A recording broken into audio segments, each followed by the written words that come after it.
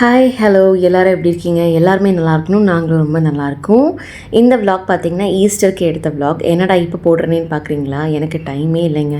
நான் வந்து ஆஃபீஸ் போகிறதுனால எடிட் பண்ணுறது ரொம்ப டிலே ஆகிடுது. அதான் ரொம்ப டிலே ஆகிடுச்சு வீடியோவும். நாங்கள் வந்து பார்த்திங்கன்னா மார்னிங்கே எழுந்து வந்து சர்ச் போயிட்டோம். இது வந்து வீட்டு பக்கத்துலேயே இருக்க சர்ச் தான். ஷார்ஜாவில் இருக்க ரோமன் கேத்தலிக் சர்ச். காலையிலே போயாச்சு. போயிட்டு வரும்போதே அப்படியே வந்து சரி பிரியாணி செய்யலான்னு சிக்கன் வந்துட்டு பக்கத்தில் இந்த கட் பண்ணி நம்ம ஊரில் கிடைக்கல அந்த மாதிரி வந்து கடையிலே வெட்டி கொடுப்பாங்க. ஸோ அந்த மாதிரி ஒரு 2 kg சிக்கன் வாங்கிட்டு வந்தாச்சு. இன்றைக்கி வந்துட்டு நம்ம வந்து ஹைதராபாத் தம் பிரியாணி பண்ணலாம் அப்படின்னு தான் பிளான் பண்ணியிருந்தோம்.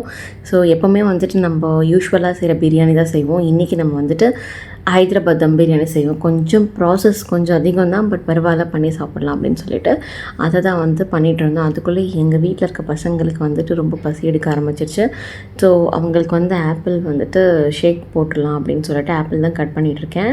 கொஞ்சம் ஆப்பிள் டேட்ஸு காய்ச்சின பால் ஊற்றி நல்லா அரைச்சி அவங்களுக்கு வந்துட்டு 2 பேருக்கும் கொடுத்தாச்சு. அவனுங்க பாட்டு வந்து அப்போ தான் டிஸ்டர்ப் பண்ணாமல் நம்மளை டிஸ்டர்ப் பண்ணாமல் இருப்பானுங்க.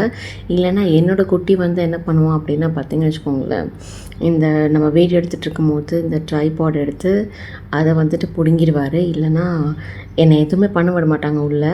ஸோ அவருக்கு ஆப்பிள் ஷேக் தான் ஓட்டிகிட்டு இருக்கேன். சமத்தாக உட்காந்து குடிச்சிட்டு நாங்களும் வந்து சரின்னு ஸ்டார்ட் பண்ணிட்டோம். ஃப்ரெண்டு வீட்டிலேருந்தும் வந்துட்டு ஃபேமிலி வந்திருந்தாங்க. என்னோடய ஃப்ரெண்ட் ஃபேமிலி, உங்களுக்கு நீங்கள் நிறைய வீடியோவில் பார்த்துருப்பீங்க. அவங்களும் வந்திருந்தாங்க. சரி நம்ம சாப்பிட்டுட்டு முடிச்சுட்டு எங்கேயாவது வெளியே போகலாம் அப்படின்னு நினச்சோம். பட் ஆஸ் யூஷுவல் வந்துட்டு எங்கேயும் போல நியர்பை ஷாப்புக்கு தான் போகணும். ஏன்னா வந்து டைம் ஆகிடுச்சு. நம்ம இந்த விலாக் எடுத்து இந்த பிரியாணி பண்ணி முடிக்கிறதுக்குள்ளவே நமக்கு டைம் ஆகிடுச்சு. பாருங்கள் எப்படி வந்து கச்சமுச்சன்னு இருக்குன்னு. ஃபஸ்ட்டு நம்ம வந்துட்டு ரைஸை வந்து ஒரு பக்கம் தண்ணி போட்டுடலாம் அப்படின்னு சொல்லிட்டு தண்ணி போட்டாச்சு. அதில் வந்து கொஞ்சம் பட்டை, கொஞ்சம் பிரிஞ்சி இலை, அதுக்கப்புறம் வந்து ஏலக்காய், அதுக்கப்புறம் வந்துட்டு கிராம்பு, கொத்தமல்லி, புதினா கொஞ்சம் இது எல்லாத்தையும் போட்டுட்டு நல்லா கொதிக்க விட்டுடலாம். அது கூடயே வந்து உப்பும் சேர்த்து வந்து நல்லா கொதிக்க விட்டுறணும். அதுக்குள்ளே சைடில் பார்த்திங்கன்னா நம்ம வந்து வெங்காயம் நம்ம இதுக்கு வந்துட்டு நல்லா வறுத்தெடுக்கணும் இல்லையா, அதனால் வந்துட்டு வெங்காயம் கட் பண்ண ஆரம்பித்தாச்சு. எல்லாமே சைமல்டேனியஸாக பண்ணால் தான் கரெக்டாக இருக்கும். இல்லைனா வந்துட்டு அரிசி வெந்துடும், அப்புறம் அதை அப்படியே ஆற வச்சுட்டா ரொம்ப ஒரு மாதிரி ஆகிடும். ஸோ அதனால் வந்துட்டு இதான் பாருங்கள் ஊற வச்சு வச்சுருக்கேன் ஆல்ரெடி.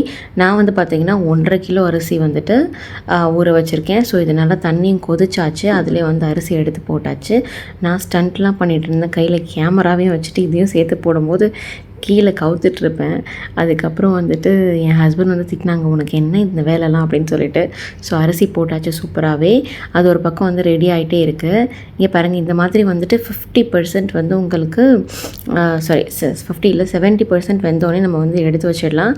எடுத்து வடிக்கும் போது கண்டிப்பாக பார்த்து வடிங்க. ஏன்னா இந்த மாதிரி பெரிய பாத்திரம் ஹேண்டில் பண்ணும்போது ரொம்ப வந்து ரிஸ்கியாகவே இருக்கும். ஸோ அதனால் எல்லாமே வந்து கவனமாக பண்ணுங்கள், இல்லைனா வந்து கஷ்டம்தான். இன்னொரு பக்கம் பார்த்திங்கன்னா நம்ம வந்துட்டு வெங்காயம் வந்து வறுத்துடலாம் அப்படின்னு சொல்லிட்டு ஆயில் போட்டு இதுக்கு வந்து நமக்கு எவ்வளோ வெங்காயம் தேவைப்படும் அதெல்லாம் உங்களுக்கு சைடில் நான் இந்த வீடியோலேயே வந்து மென்ஷன் பண்ணுற அளவு எவ்வளோ தேவைப்படும் அப்படின்லாம் சொல்லிட்டு நம்ம ஆல்ரெடி வெங்காயம் கட் பண்ணி வச்சுருக்கோம். அதை வந்து சூப்பராகவே வந்து இந்த மாதிரி பொடியாக கட் பண்ணி நம்ம நல்லா வந்து இது வந்து நல்லா கோல்டன் ப்ரௌனில் ஆகிற மாதிரி நல்லா வறுத்து எடுத்துக்கணும். அப்போ தான் வந்து இந்த தம் பிரியாணிக்கு வந்து சூப்பராகவே இருக்கும் மேலே போடும்போது. ஸோ இந்த மாதிரி பாருங்கள் சூப்பராக வந்துட்டு பொரிச்சு எடுத்து அதையும் தனியாக வச்சாச்சு. இப்போ வந்து நம்ம வந்து பிரியாணிக்கு மேரினேட் பண்ணிடுவோம். ஃபஸ்ட்டு நம்ம சிக்கன் கழுவி வச்சுட்டோம். அதில் பாருங்களேன் எவ்வளோ தான் கழுவி வச்சாலும் அந்த தண்ணி வந்துட்டு அதில் சைடில் இருந்துகிட்டே இருக்குது. அது நல்லா ஃபுல்லாக ஃபில்டர் பண்ணி எடுத்துருங்க. அதுக்கப்புறம் நம்ம ஆல்ரெடி அரைச்சி வச்ச இஞ்சி பூண்டு, அதுக்கப்புறம் இதில் வந்துட்டு மிளகா பொடி, மஞ்சள் பொடி, காஷ்மீரி சில்லி பவுடர், அப்புறம் சீரக பொடி, கரம் மசாலா, மஞ்சள் பொடி, இது எல்லாமே இருக்குது. எவ்வளோ அளவு நான் உங்களுக்கு சொல்கிறேன் கண்டிப்பாக. அப்புறம் பச்சை மிளகா வந்து ஸ்லைஸாக கட் பண்ணி போட்டுக்கோங்க. தயிரையும் வந்துட்டு நல்லா வந்துட்டு ஆட் பண்ணி நல்லா ஸ்ப்ரெட் பண்ணி விட்ருங்க. இது கூடவே வந்து கொஞ்சம் கொத்தமல்லி, கொஞ்சம் வந்துட்டு புதினா, இதெல்லாமே போட்டுட்டு நல்லா வந்து மிக்ஸ் பண்ணிக்கணும். அது கூடவே வந்து ஒரு 4 ஸ்பூன் வந்துட்டு கீயும் ஆட் பண்ணிக்கோங்க. இந்த அளவுக்கு எவ்வளோ அப்படின்னு நான் வந்துட்டு அதையும் சைடில் மென்ஷன் பண்ணுறேன். எவ்வளோ அரிசி, எவ்வளோ சிக்கன் எல்லாமே நான் வந்து உங்களுக்கு கண்டிப்பாக மென்ஷன் பண்ணுறேன். அது கூடவே நல்லா உப்பு சேர்த்து ஃபுல்லாக மேரினேட் பண்ணிவிட்டு ஒரு ஒரு 1 ஹவர் ஊற விட்டிங்கன்னா சூப்பராகவே இருக்கும். அது கூட வந்து நம்ம வந்து கொஞ்சம் பேலன்ஸ் வெங்காயத்தையும் எடுத்து வச்சுருங்க. நம்ம இதில் வந்து கொஞ்சம் மட்டும் போட்டுட்டு நம்ம நல்லா மிக்ஸ் பண்ணி நல்லா ஒரு 1 ஹவர் ஊற விட்டுக்கலாம். நம்ம இது கூட வந்து கொஞ்சம் ஆயிலும் ஊற்றிக்கணும். நான் அதை வந்து இதில் மறந்துட்டேன் காமிக்கிறதுக்கு. ஸோ ஆயிலும் ஊற்றிட்டு உப்பு கரெக்டாக இருக்கான்னு மட்டும் செக் பண்ணிவிட்டு நீங்கள் வந்துட்டு இதுக்கு எவ்வளோ தேவையான உப்பு அந்த உப்பை மட்டும் போட்டுக்கோங்க. உப்பு வந்துட்டு பிராண்டுக்கு பிராண்டு வந்து வேரி ஆகும். அதனால எவ்வளோ வேணுமோ அது போட்டுக்கோங்க. நம்ம ஆல்ரெடி வந்து வடித்து வச்சுருக்க ரைஸ் இருக்கு இல்லையா, அதை வந்து ஃபஸ்ட்டு போட்டுட்டு மேலே வந்து கொஞ்சம் புதினா, கொஞ்சம் கொத்தமல்லி, அப்புறம் நம்ம வெங்காயம் இருக்குது அதையும் வந்து மேலே லைட்டாக போட்டுட்டு இந்த மாதிரி நீங்கள் வந்து இருக்கிற அரிசியெல்லாம் வந்து கொஞ்சம் கொஞ்சமாக லேயராக போட்டு அது மேலே வெங்காயம், அதுக்கப்புறம் வந்துட்டு புதினா, கொத்தமல்லி இது மாதிரி ரிப்பீட் பண்ணி ஃபுல்லாக வந்து முடிகிற வரைக்கும் ரிப்பீட் பண்ணிவிடுங்க. பார்க்கவே எவ்வளோ கலர்ஃபுல்லாக சூப்பராக அழகாக இருக்குது பாருங்கள். நான் வந்து ஹைதராபாத் பிரியாணி லுக்கில் வரணுன்றதுனால வந்து இந்த colour powder food colour use பண்ணுறேன். பட் இது கம்ப்ளீட்லி ஆப்ஷனல் தான். நாங்கள் இது வரைக்கும் யூஸ் பண்ணவே மாட்டோம். ரொம்ப வெரி ரேர். அது மேலே வந்துட்டு நீங்கள் தம்மும் வச்சுக்கலாம். நான் வந்து ஃபாயில் போட்டுக்க போகிறேன். ஏன்னா இந்த பாத்திரம் அந்த மாதிரி செட்டப் மூடி மேலே தம் போட முடியாது, வெயிட் வச்சா நிற்காது. அதனால வந்துட்டு நான் இந்த மாதிரி வச்சுருக்கேன். எங்களோட பாத்திரத்தில் வந்து பார்த்திங்கன்னா அடி பிடிக்காது. அதனால நான் ஸ்ட்ரெயிட்டாகவே வந்துட்டு இந்த மாதிரி ஃபாயில் ஃபிக்ஸ் பண்ணிவிட்டு இந்த மாதிரி கேஸ் ஸ்டவ்வில் வச்சு ஒரு சிம்மில் வச்சு 30 மினிட்ஸ் வச்சுட்டேன். சும்மா இந்த வெயிட் மட்டும்தான் வச்சேன். ஆனால் உங்களோட பாத்திரம் வந்துட்டு பேஸ் எப்படி இருக்குன்னு பார்த்தா அதுக்கு ஏற்ற மாதிரி நீங்கள் அடியில் தோசை கல் வச்சு வைங்க, சூப்பராக இருக்கும். கரெக்டாக 30 மினிட்ஸில் இறக்கியாச்சு. வேறு லெவலான எம்மியான பிரியாணி சூப்பராகவே ரெடி ஆகிடுச்சு. நான் அளவெல்லாம் உங்களுக்கு கண்டிப்பாக சைடில் மென்ஷன் பண்ணுறேன். நீங்கள் வந்துட்டு இதே மாதிரி செஞ்சு பார்த்துட்டு எப்படி இருக்குன்னு சொல்லுங்கள். வேறு லெவலில் இருந்துச்சு. சீரியஸாகவே பிரியாணி வந்து செம சூப்பராக இருந்துச்சு. நான் வந்து ஒரு 1.5 கிலோ போல் பண்ணியிருந்தேன். நல்லாவே இருந்தது. டேஸ்ட் ரொம்ப அருமையாக இருந்துச்சு. ஹைதராபாத் பிரியாணி எப்போயாவது ஒரு வாட்டி, ஆனால் எனக்கு வந்து பார்த்திங்கன்னா வந்து நம்ம ஊரில் செய்கிற பிரியாணி தான் ரொம்ப பிடிக்கும், சென்னை ஸ்டைல் பிரியாணி.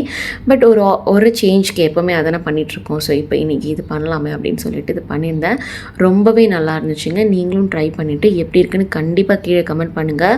நாங்கள் வந்து இது கூடவே கொஞ்சம் சிக்கன் 65யும் செஞ்சு அதுவும் வந்து வச்சு சாப்பிட்டு முடிச்சுட்டு நாங்கள் எங்கேயும் வெளியே போல் ரொம்ப டயர்டாகிடுச்சு.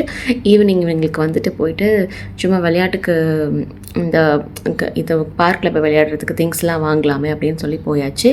இப்படி தான் எங்களுக்கு ஈஸ்டர் போச்சு. நீங்களும் இந்த பிரியாணி செஞ்சு பார்த்துட்டு கண்டிப்பாக கீழே கமெண்ட் பண்ணுங்கள். இன்னொரு சூப்பரான விலாகில் நிறைய விலாக்ஸ் இருக்குது, நான் ஃப்யூச்சரில் அப்லோட் பண்ணிகிட்டே இருக்கேன். எடிட் பண்ணிவிட்டு உங்களை கண்டிப்பாக மீட் பண்ணுறேன். தேங்க்ஸ் ஃபார் வாட்சிங். எங்கள் குட்டியும் வந்து செம்மையாக விளையாடிட்டுருக்காரு. நீங்களும் என்ஜாய் பண்ணியிருப்பீங்கன்னு நம்புகிறேன். உங்களுக்கு இந்த பிரியாணியில் டவுட் இருந்துச்சுன்னா கண்டிப்பாக வந்து கீழே கமெண்ட்டில் சொல்லுங்கள். என்ன மாதிரி விலாக்ஸ் போடணுன்னு வந்துட்டு நீங்கள் சொன்னிங்கன்னா அதுக்கேற்ற மாதிரி விலாக்ஸும் நான் கண்டிப்பாக ட்ரை பண்ணி போட பார்ப்பேன். தேங்க்யூ.